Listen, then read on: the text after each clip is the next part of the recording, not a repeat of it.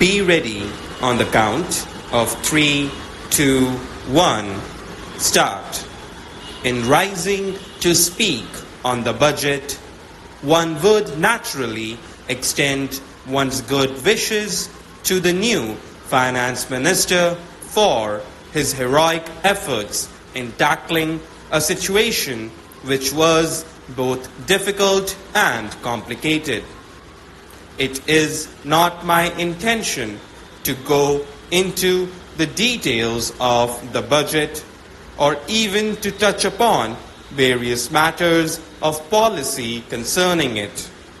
I would only like to refer to a few important aspects of the various problems which have arisen on consideration of the budget. Personally speaking, I welcome the decision of the Finance Minister to take a comprehensive view of both the revenue account and the capital budget account in assessing the correct financial position of the country. But I cannot congratulate him in the manner in which he proposes to meet the deficit in the capital budget account. The net result of what he proposes to do will be to reduce the cash balances to about rupees 42 crores. So far as taxation is concerned, my honorable friend spoke with considerable hesitation because I know much of what he was saying he did not mean. But so far as the taxation program is concerned, it does hit the middle and the poor people. The proportion of indirect taxation has come to nearly 60%. None knows better than the Finance Minister that the normal distribution between direct and indirect taxation in any progressive country would be about 50-50. The darkest spot in the budget is that we are almost reaching the end of our resources. If I could think aloud, there is the possibility of the death duty being imposed, but that matter has been shelved. I know there are difficulties. You may impose a land tax throughout the country. You may reinvoke the salt duty, though there may be sentimental objection to that. You have followed the policy of prohibition in trying to pursue an ideal which has landed you in disaster in many of the states and in the entire economy of the whole country. Government has taken advantage of many windfalls. Government was entitled to it, just as it has suffered under the impact of many natural calamities. If we look at our increased revenue from exports, the Finance Minister rightly pointed out in his speech that one should not try to depend on these large exports. They are due to the worsening of the international situation. So far as stockpiling is concerned, I would like to know from the Finance Minister whether government has any plan for stockpiling in the interests of India.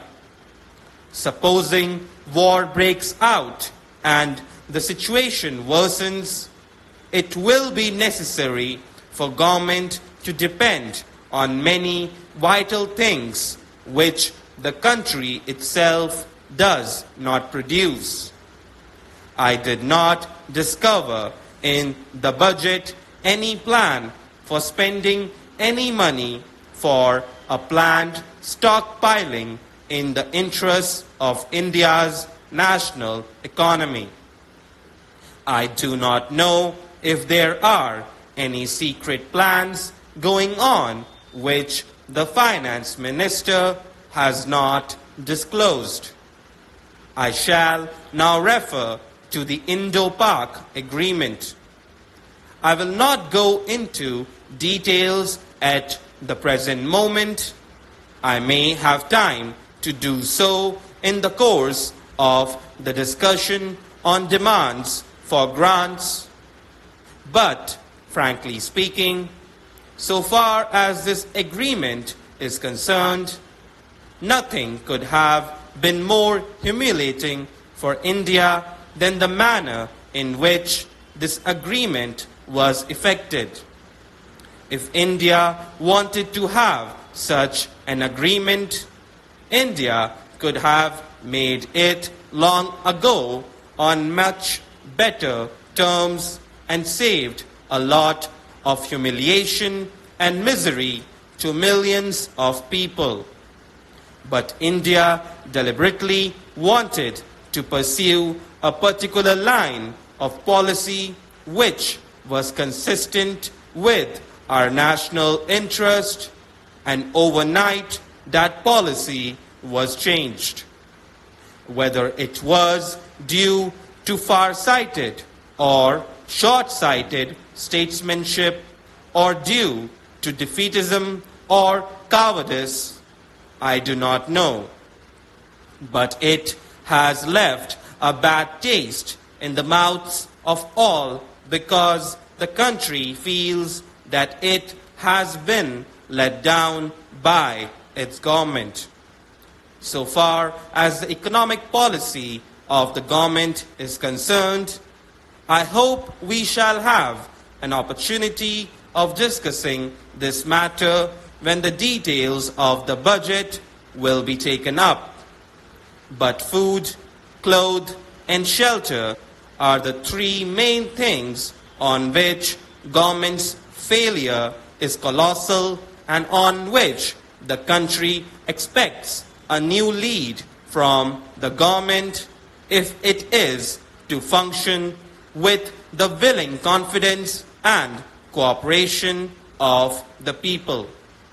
Today, we are living in very difficult circumstances.